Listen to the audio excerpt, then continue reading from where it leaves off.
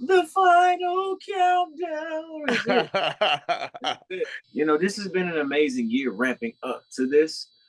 It definitely helped to play to 100 sold out shows in preparation for the Super Bowl. Now, obviously, a much bigger audience and the 200 million people that will be watching probably adds a bit of pressure. But I'll tell you this much: I'm built, great as a result of having an audience to perform to for the last 2 years here in Las Vegas. So I'm ready, man. I'm now just in preparation to enjoy it. The hardest part was really crafting it, not actually doing it.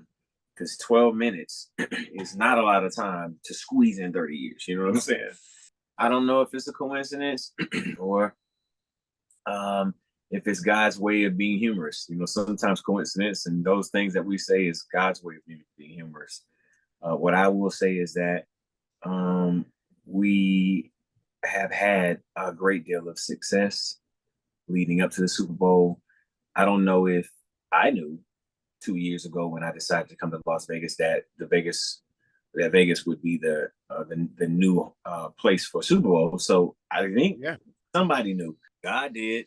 Luck favors the prepared, and sometimes patience can be rewarding. So long as you are steadfast at what you believe, and you are committed and willing to dedicate the time, the focus, and dedication, you will have what you deserve.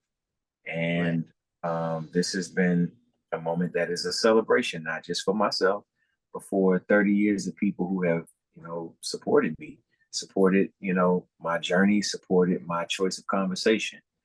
And I'm celebrating that. This is a legacy moment, and a legacy moment that has given me the opportunity to celebrate in a place that I call, a home away from home. Las Vegas is just like home to me now. That's cool. And to have this as a crescendo at the Super Bowl after the last 2 years, but greater than that, after 30 years of a career, I'm really happy, man. It feels timely. It feels like I worked for it, and I'm really excited. What happened then is what happened then. What's happening now is a part of what's happening in the present moment. The idea that I came up with in creating this show was past, present, and future. And not many artists have enough bandwidth in terms of time. I'm having a moment, that feels very relevant in this moment, in this time, and now moving and forging towards a future that I see that is creative in a different way. And I'm going to show a different way of kind of introducing and reintroducing yourself as an artist.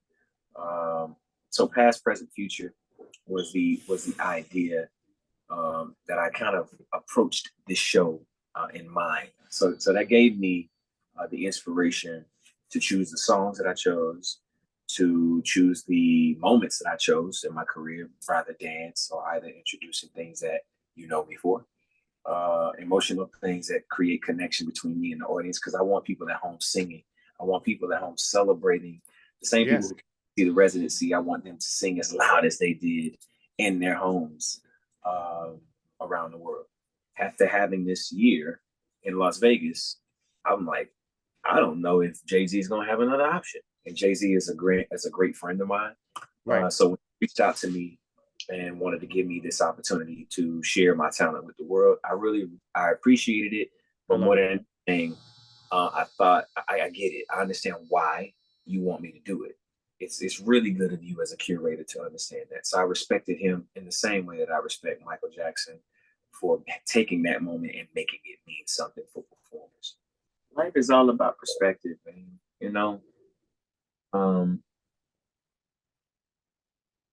If you have hope, you will wander lost sometimes, hoping that some idea of destiny will find you.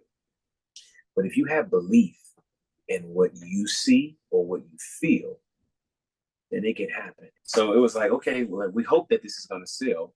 No, we don't hope. We believe that it's going to sell. We believe and have belief because we put the time and the effort in doing this thing that is important. It's important for artists who are 40 and up, who understand, okay, wait a minute, it doesn't have to be over for you. And Vegas doesn't have to be a place that you go to die or you go to just play your classic records. No, you can completely remind people of the wonder that you can offer as an artist if you're willing to invest the time, dedicate the creativity, work with creatives that are gonna, bring excitement to a place where people are already primed to come to spend money for an experience. I know one of the moments that really kind of helped, a lot of this blow up was, when Kim Kardashian went and like, it became like she kind of made it almost seem like this is the ultimate girls trip experience to go with your squad. And like, and that's kind of what it then became and kind of symbolized. I think everybody was in some way trying to figure out how to get out there and have that experience that we were working on in Las Vegas because of the serenade, right? Right. And it was her celebration. It seemed like the place to go to celebrate with your friends. Take your girls, y'all go out, have a good time. Because there's really no rules in my show. You can be as loud and wild as you want as women. You can come, you can be, sexy as you want to. You can sing, you can come with your loved ones. You can have an amazing time with them, have drinks, listen to the songs, dance, watch the performers. You can be there with your loved one, fall in love again, go back to the room, make a baby. You know what I'm saying? You can, decide to be expressive as you want to out here. Because this is a place where you are intended to enjoy yourself. That's why she came. Right. A great relationship, friendship was kind of bonded in that moment. And then she and I continued to just talk, work together. She even helped me introduce, my playing the Super Bowl. I then did a Skims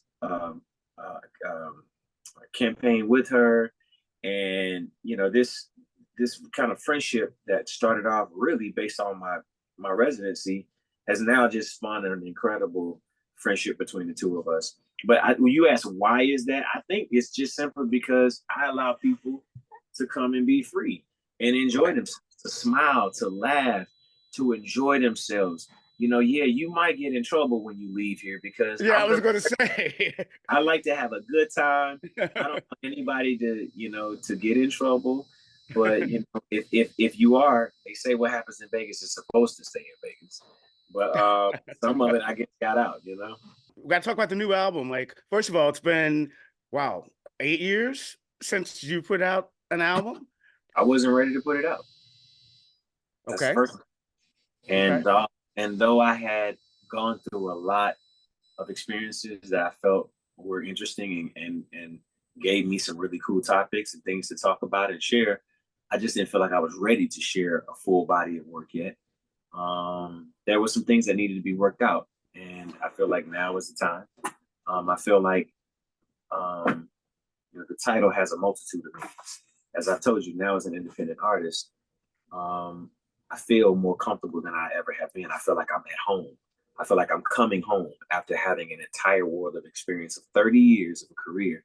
I feel like I'm all the way back on my beginning, where it's 100% about my belief in something, and I'm committed to that. And not until I was ready and fully committed to that was I willing to share. The reality is that naturally, I want the rest of the world to have access to what what people felt from these theater shows that I had here in Las Vegas. And I'm going to curate it a much different way because now I'm playing obviously bigger spaces, but I get a chance to immerse people in this experience and bring it live to you. So, Jay-Z obviously is a part of this, and he had some really powerful things to say at the Grammys on Sunday, about some artists that just haven't been seen in the big four categories. Is really what he was saying, right? Like album of the year.